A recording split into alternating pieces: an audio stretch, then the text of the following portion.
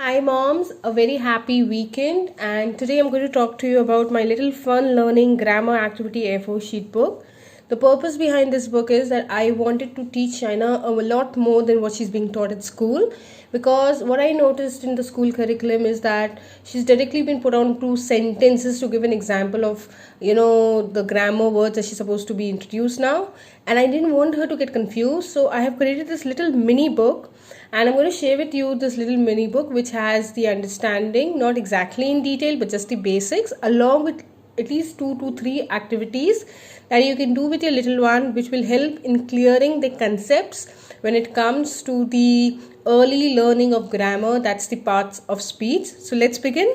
So if you see, this is just the outer cover that I've stapled. The remaining ones I've not stapled because I wanted to first show you the books and then staple it for Shina's use. So if you see, the contents that I've put across is the parts of speech, the 9 parts of speech, and then I've subdivided them into basics, other parts, advanced, tricky or difficult, you can say.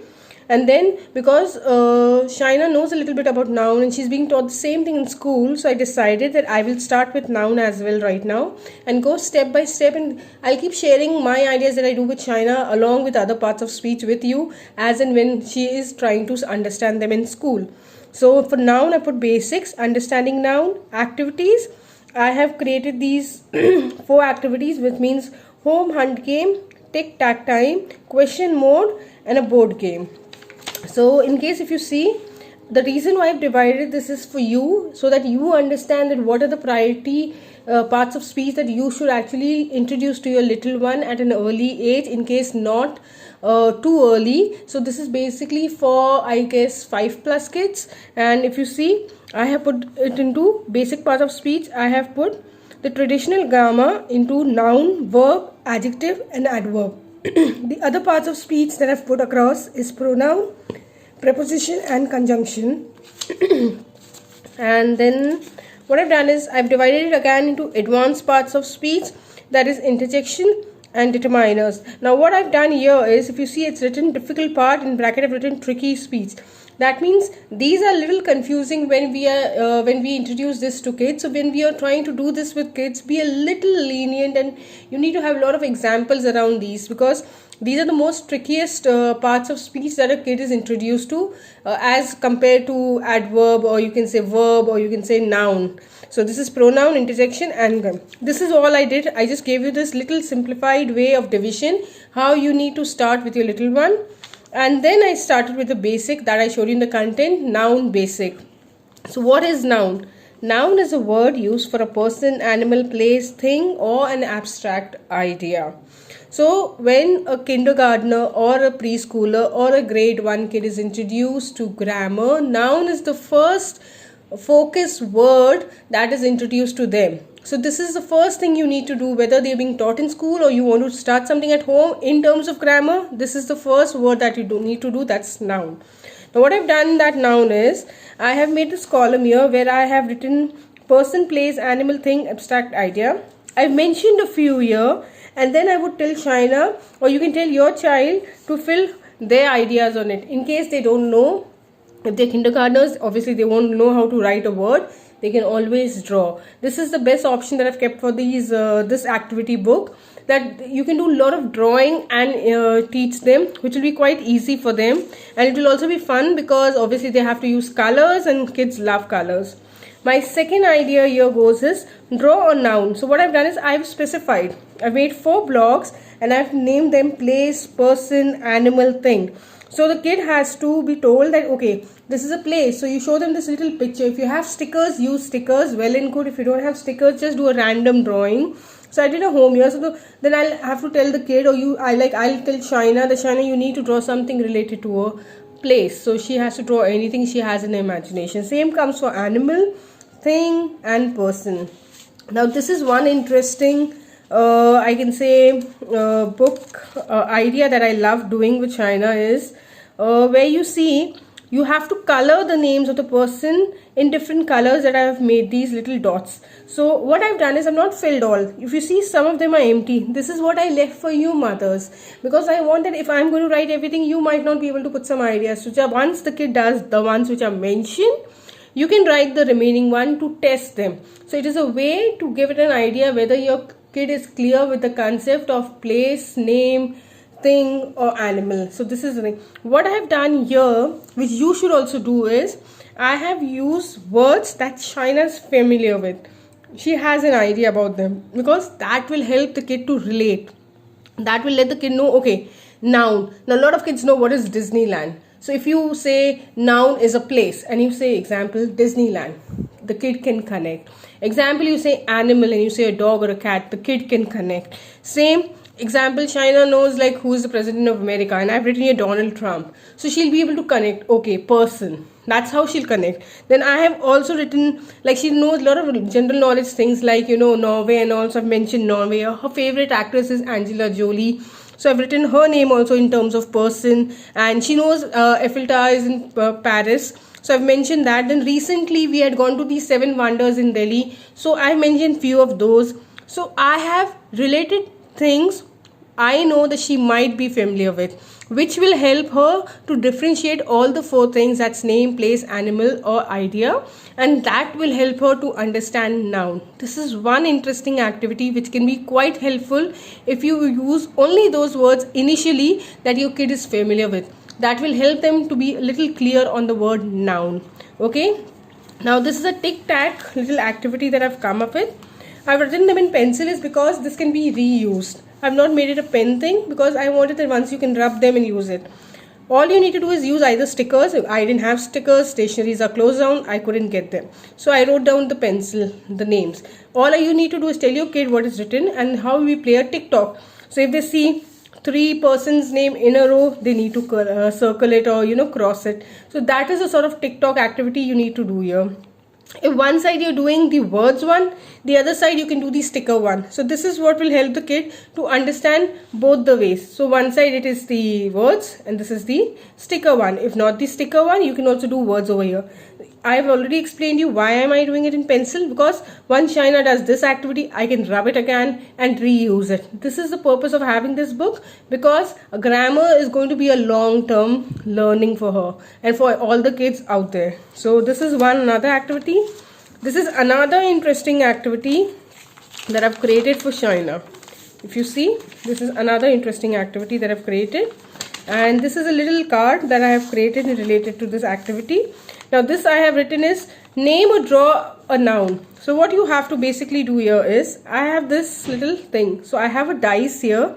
I have few of these things. You can tell your kid to either have a button or any pom-pom or anything that they can use, or a chess or a Ludo little that game object, anything they can use, and all they need to do is they need to start from here. So this is hers.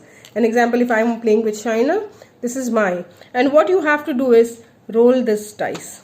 So example, if it's my turn, so I go on the place. So here it's come place. So I have to tell a place. So I'll say London. So it is what? It's a place in a noun. Okay, example, Shaina's turn. 5. 1, 2, 3, 4, 5. Now if Shaina comes here, it's written go back 2 steps. So she has to go back 1, 2. Now Shaina is again skipping a turn. It's my turn. 2, 1, 2. So now I skip a turn.